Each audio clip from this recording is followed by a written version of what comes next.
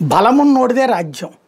భారతదేశం మీదకొచ్చినటువంటి తీవ్రవాదుల్ని పాకిస్తాన్ లోపల ఉన్నటువంటి తీవ్రవాద శిబిరాలులో నుంచి కథ నడుపుతుంటే ఎళ్ళి లేపాం వాడిని. అప్పుడు పాకిస్తాన్ మన మీదకి వస్తే తాట తీసాం. అంటే ఇద్దరిలో ఎవరు బలం ఉన్నాడు? వాడు బలహీనుడైనా కూడా బలవంతుడని చెప్పుకోవడానికి తీవ్రవాదిని పంపించి ఓవర్ యాక్షన్ చేశాడు.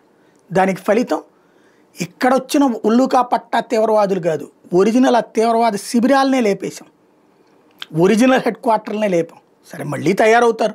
తీవ్రవాది అనేటటువంటి వాడు పసిరిక పాములు అంటాడు. ఈ పసిరిక పాములు పుడతానే ఉంటాయి, చంపుతూనే ఉండాలి, అది తప్పదు.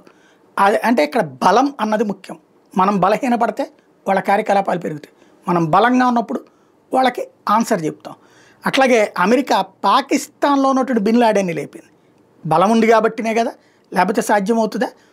అదే సందర్భంలో బ్రిటిష్ వాళ్ళు వచ్చేటప్పటికి యెమెన్లో ఉన్నటువంటి టెర్రరిస్ట్ హసన్ అజీని లేపేశారు. ఫ్రెంచ్ వాళ్ళు వచ్చేటప్పటికి మాలీలో ఉన్నటువంటి టెర్రరిస్ట్ సరాయిని లేపేశారు. అంటే బలం ఉంది కాబట్టినే చేయగలుగుతారు. తీవ్రవాది చాటు నుంచి దెబ్బ కొడతాడు, అదే సందర్భంలో బలమున్న దేశం మొహానే కొడుతుంది.